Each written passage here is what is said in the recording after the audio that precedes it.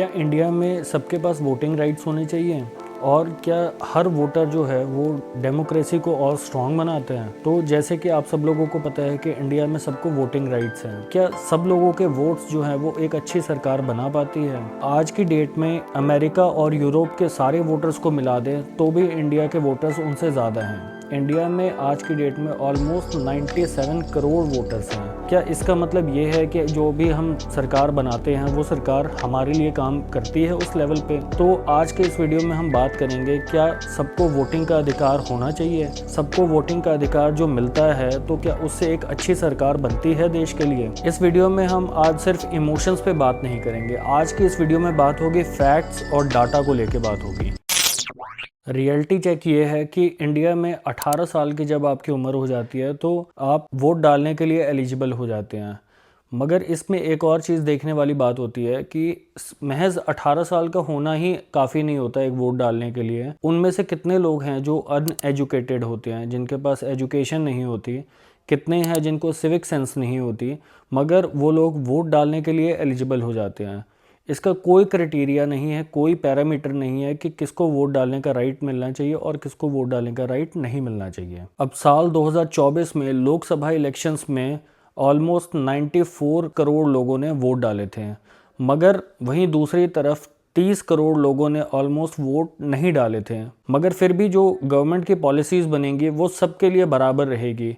वो जिन्होंने वोट डाले उनके ऊपर भी रहेगी और जिन्होंने वोट नहीं डाले उनके ऊपर भी लागू होगी। सच कड़वा है लेकिन सच है। इंडिया में जो वोटर्स हैं उनको कैंडिडेट का नाम तक नहीं पता होता, कंटेस्ट करने वाला कैंडिडेट का नाम क्या है। उनको ये नहीं पता होता कि एमपी एमएलए का बैकग्राउंड क्या है, उसका कोई क्रिमिनल रिकॉर्ड भी है या नहीं है। ना तो उन्हें कॉन्स्टिट्यूशन के बेसिक्स पता होते हैं, मगर फिर भी उनके पास वोट डालने के राइट्स होते हैं। फिर भी जो वोट डालने के राइट्स हैं वो किस चीज़ पे बेस्ड होते हैं? वो या तो बेस्ड होते हैं कास्ट, रिलीजन, जो भी पैसे दिए जाते हैं वोट से पहले 500 रुपये मिलते हैं या दारू मिलती है या प्रेशर किया जाता है या फ्री राशन या बिजली के लिए वोटिंग होती है। तो जितने भी वोटर्स हैं उनका मैक्सिमम कंसर्न रहता है कि उन्हें सरकार देने क्या वाली है, मतलब उन्हें क्या फ्री मिलने वाला है। तो उनका ध्यान सबसे ज़्यादा इन चीज़ों पर होता है। अब आज की डेट में जो पॉलिटिक्स है उनका मेन एजेंडा क्या होता है? उनका मेन एजेंडा ना तो एजुकेशन सिस्टम को रिफॉर्म करना है, ना हेल्थ केयर को रिफॉर्म करना है और ना लॉन्ग टर्म डेवलपमेंट के लिए है। उनका एजेंडा जो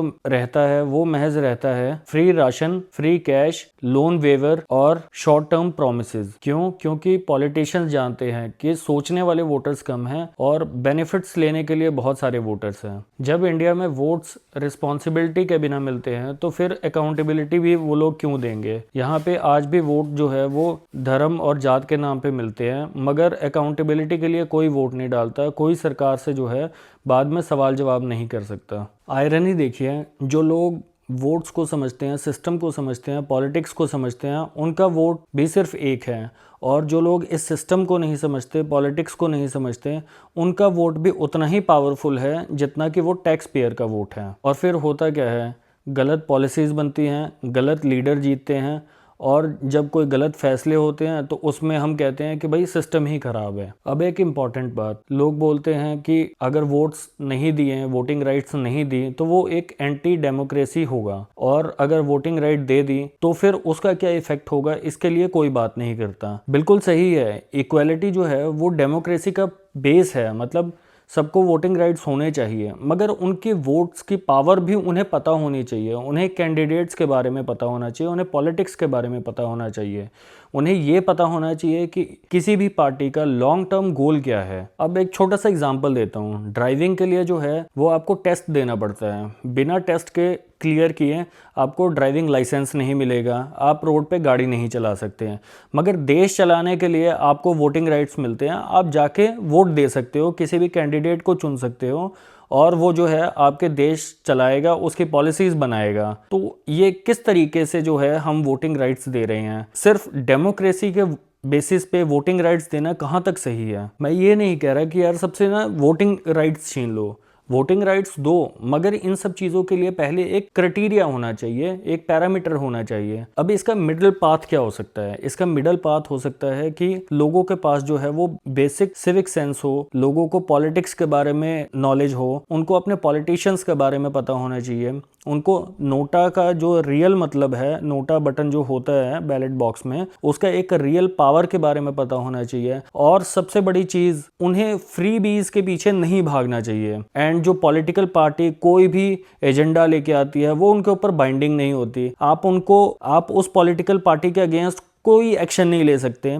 कि उन्होंने वोटिंग के टाइम पे या इलेक्शन के टाइम पे आपसे कुछ प्रॉमिसेस किए थे। देखने वाली बात तो ये है कि उस टाइम पे वो लोग आपको कुछ भी बोल देंगे, मगर आप बाद में उनके अगेंस्ट कोई लीगल एक्शन नहीं ले सकते हैं। ये अकाउंटेबिलिटी भी होनी चाहिए पॉलिटिकल पार्टीज के लिए, जो भी इलेक्शन के टाइम पे प्रॉमिसेस करते हैं, अगर वो प्रॉमिसेस फुलफिल ना हो तो उनके अगेंस्ट लीगल एक्शन का भी प्रोविजन होना चाहिए। इंडिया का वोटिंग सिस्टम एक हिस्टोरिकल अचीवमेंट है, मगर ब्लाइंडली मान लेना कि सारे वोटर्स जो है वो देश के लिए अच्छा लीडर चुनेंगे, ये भी गलत है। सवाल यहाँ पे वोटिंग का नहीं है, सवाल है क्वालिटी ऑफ वोटिंग का। जो वोटर्स हैं उनमें क्या क्वालिटीज़ हैं? क्या वो लोग कैंडिडेट्स को देख के वोट डालते हैं? क्या वो लोग किसी भी कैंडिडेट का बैकग्राउंड जानते हैं कि मतलब वो कैंडिडेट किस तरीके का है, या उनके पॉलिसीज़ के बारे में उनको पता भी है? तो आज अगर हम बेटर वोटर्स नहीं बनेंगे तो हम बेटर लीडर कहाँ से चुनेंगे? कहाँ से हमारा देश तरक्की करेगा? आज भी हम धर्म, जात और फ्री में राशन मिलने के लिए जो है हम वोट्स डालने को तैयार हो जाते हैं। आपका क्या ओपिनियन है? प्लीज़ मुझे इस कमेंट बॉक्स में बताइए, और प्लीज़ मेरे चैनल को लाइक कीजिए, सब्सक्राइब कीजिए, क्योंकि यहाँ बात होती है लॉजिक्स की, डाटा की और सच्चाई की।